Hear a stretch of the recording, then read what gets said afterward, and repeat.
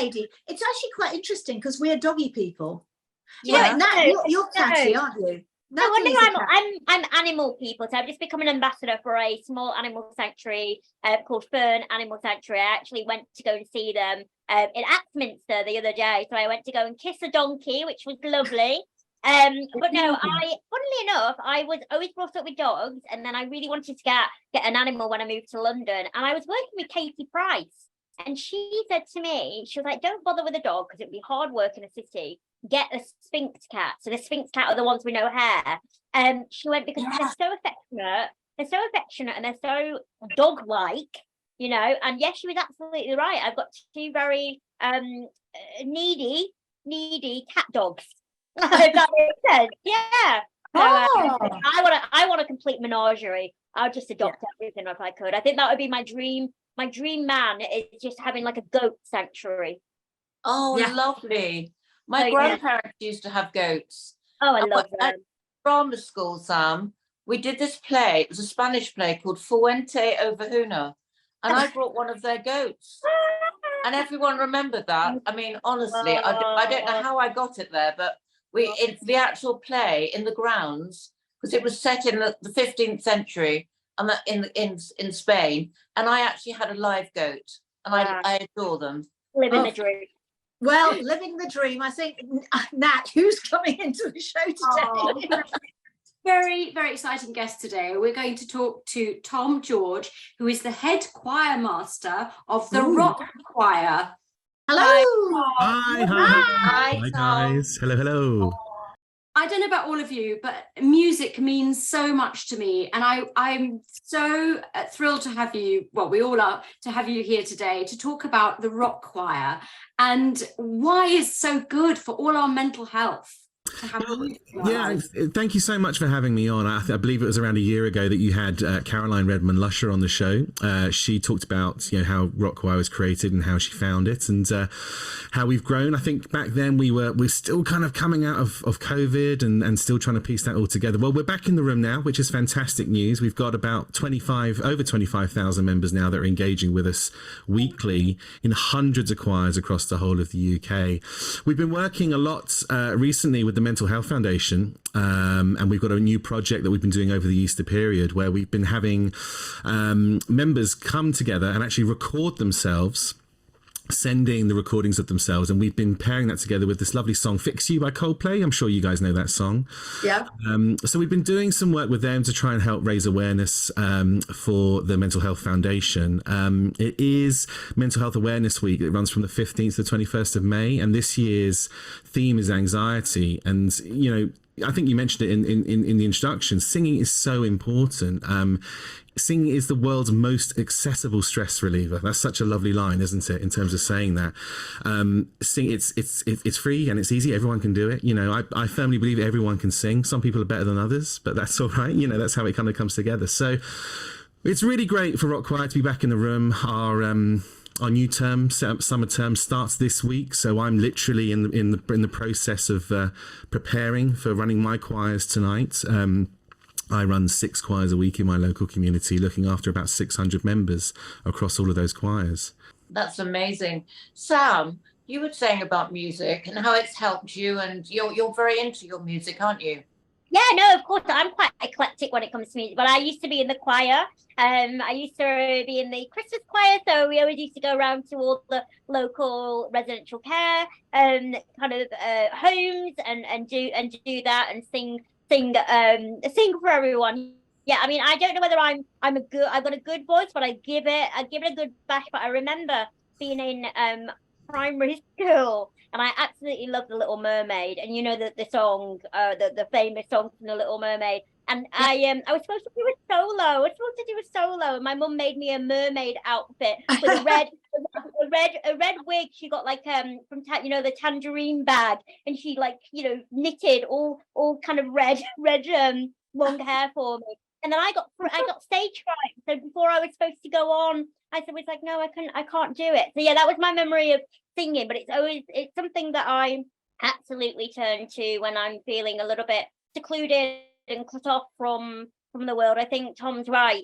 Anyone can kind of in their own little comfort zone, in the shower or on the toilet, or kind of you can reconnect with music. And I think, like all our senses, it's so linked with a memory or a moment, and I think that can be quite beautiful. I remember the song that my teenage crush, broke my heart at a school disco because he started snogging another girl instead of me, and I know exactly it was Brandy and Monica, The Boy Is Mine, which was very apt.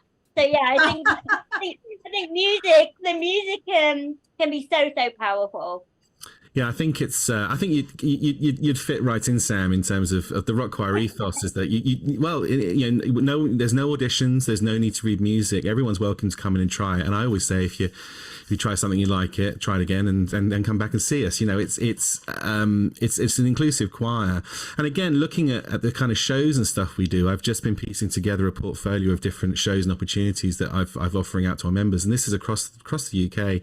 We do varying performances from 20 people singing at a care home to tens of thousands of people going off and singing in big stadiums around the UK. It's a really wonderful thing. Rock choir ticks a lot of boxes for a lot of our members and the leaders as well. I mean, me personally, working within the communities that I work in, bringing those communities together, bringing people together, giving them the passion, not the passion, but giving them the strength, and so they don't feel that kind of isolation. People can also feel very nervous when they're singing, but giving people the confidence to sing out is a really rewarding role. I'm going to ask you a very weird question. I love weird questions, Debbie. Hit me with it. So, how many relationships have started in the rock choirs?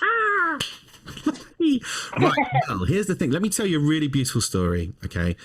Within the choirs, yes, that happens. We have some people that get together and stuff, and it's really beautiful. But the really lovely one, let me tell you a story about Chris and Charlotte.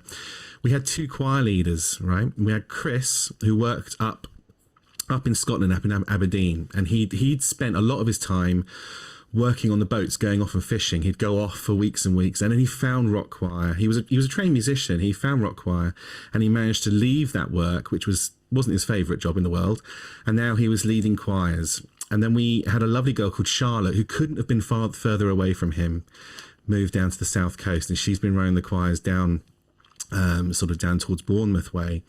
And I remember when their eyes met, we all have a thing called pre-term training, when all of the leaders all come together and we go through all the songs. We've got about, I think, nearly 90 leaders across the whole of the UK now. We all come together into these locations. We sing through music. I remember when their eyes met.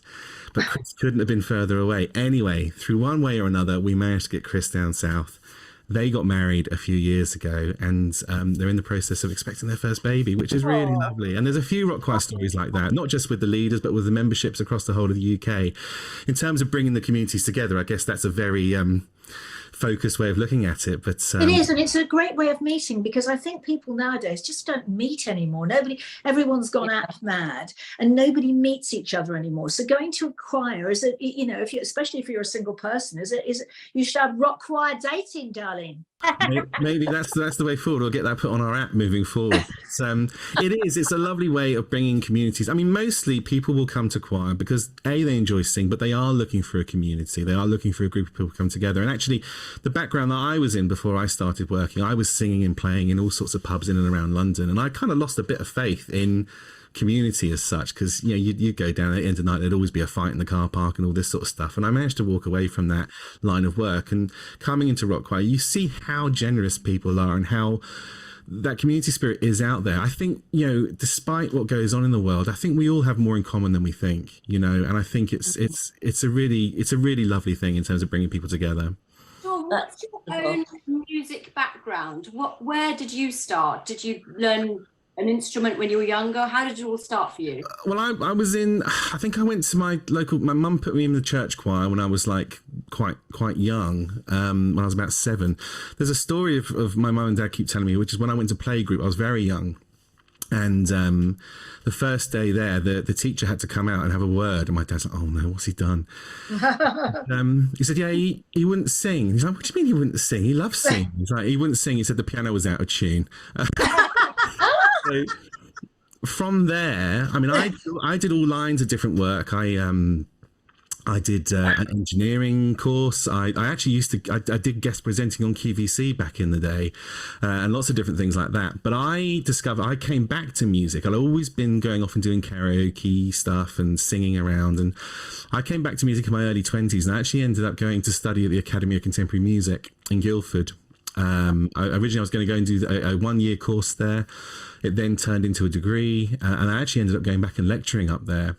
And all I ever really wanted to do with my music was to go and perform on stage at Butlins. I was quite happy just to go and do that, and that was my thing. And I did that in my first year, and then it's kind of gone on from there. And with Rock Choir, it's really brought sort of my world together. There's the music, obviously, I'm passionate about in terms of community and bringing people together.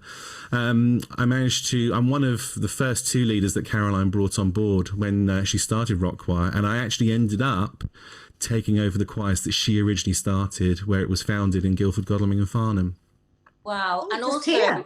Tom, I must tell you, you're talking about that. A lot of big names, stars, have started in choirs, haven't they? Yes, like gospel choirs, Stevie Wonder. I know Elvis actually used to go to church and sing in a choir. So it can really develop your voice as well and make you into a fabulous singer, and musicians too. Absolutely. As you said, like in terms of the members going on their journey, I've got examples of members that have come into Rock Choir and have gone off to create their own solo music and bands. We have now at least 3 examples of members that became Rock Choir leaders. They had been, they'd done music at a younger age to quite a high level, and then got sucked into doing a job that they had to do. They discovered Rock Choir and realised actually this could be a fantastic career for me. It's really, I speak glowingly about Rock Choir. It's a big part of my life, and I'm really passionate about it. I'd say everyone should at least give it a go. Absolutely. How are the youngest members and the oldest? What does the age span? Well, it can be different for each choir. So, for example, I run 2 morning choirs in Farnham, which is close to where I live. That's a slightly older demographic. The evening choir is slightly younger. We've got some younger leaders who have younger demographics within their groups. So there's quite a big spread. I'm not going to lie. The majority of our membership are women. We're always on the lookout for more men to come and sing with us. Like us, darling. What, If looking anyone for out there men? want to come and sing with us, you'd be more than welcome. But yeah, it really can depend. And we have other groups that we do kids groups as well, and different bits and bobs. So we're trying to hit as many sort of different demographics as we can. Yeah, how fabulous. And as you said, it is really good for your mental health, and it's a great leveler, isn't it? It breaks down barriers. Yeah, I think I tend to look after as well. If a big company calls us up and says, "Look, could you come in and do a workshop for us for our team? We want to do a team building event." And that's a really lovely way of looking at it, because you'll often have the managing director or the chairman of the company there being a bit outside their comfort zone. You've got Laura, who's on the front desk, who loves a bit of karaoke, stepping up and leading the group and all that sort of stuff. So it really, you're absolutely right in that it does kind of break down those kind of barriers. And again, within a room, within my choirs, we've got, I always talk about Rock Choir being like an hour and a half off from life, and it's a fantastic opportunity for people to come in and just relax. We have some people that come in. I'm quite close to London, so I have people with high-powered jobs in London, barristers and stuff like that, who have quite stressful jobs, and yet I've got guys that are working on the tills at Marks and Spencer's come in and do that, and it is a great leveler, and people can kind of be who they want to be. Well, Amazing. How can you join the Rock Choir? What do you have to do to join? Well, joining Rock Choir is really easy. We have hundreds of choirs across the UK. You can simply go to our website, which is rockchoir.com, and on there you type your postcode in. It'll show you where your nearest choirs are, which ones are available to you, and from there you can click on those links and book yourself in for a free taster. It's very straightforward. Have you got on the website access kind of highlighted on there? So obviously it would be an amazing opportunity for many of my disabled peers or neurodivergent friends, but obviously accessibility is always a little bit of a stressor. So is that really clearly signposted on the website? Yeah, so on each one of the venue links, there'll be in terms of whether there are any access issues and stuff like that. We're very conscious of that, Sam. We've also just started in the last year, actually coming out of COVID, a project called Rock and Sign. So we are actually teaching, all of our members have access to Zoom sessions where they can learn sign language through Rock Choir music. Amazing. And we're hoping we have a group called the Hands That Rock, which are people go into Rock and Sign and they get accredited. Then they go through to the Hands That Rock group. And actually, the term just gone, I've got a lovely member called Bernie. She came to the front and she was able to sign 5 or 6 of our songs, which was really, really, really, really wonderful. It was really lovely. And we certainly, sometimes as well, the rock choir do routines. And some of the routines are tied in with the sign language as well. So it's a really beautiful thing that we're working really hard on. So we can always do more, but we're always trying to do as much as we can in terms of that. That sounds amazing. Yeah, thank you. I was going to ask if anybody had seen that wonderful film called Coda, which is about a girl who comes from a family and they're all deaf and she signs everything. And it's just the most wonderful film. I've not seen it. I have heard about it. My dad was telling me about it the other day. But yeah, we've really struck a chord with, for want of a better phrase, with Rock and Sign. And it's not for everybody. A lot of people have an hour and a half off from life and they want to come and sing. But some of the members really want to get involved and increase their knowledge and their expertise. And you can do all of that through Rock Choir. We have vocal yoga sessions as well that we open out to the members. A lot of members coming off the back of COVID and those that struggle. I mean, I had it 3 times. But luckily my voice wasn't too affected by it. But a few of the members were.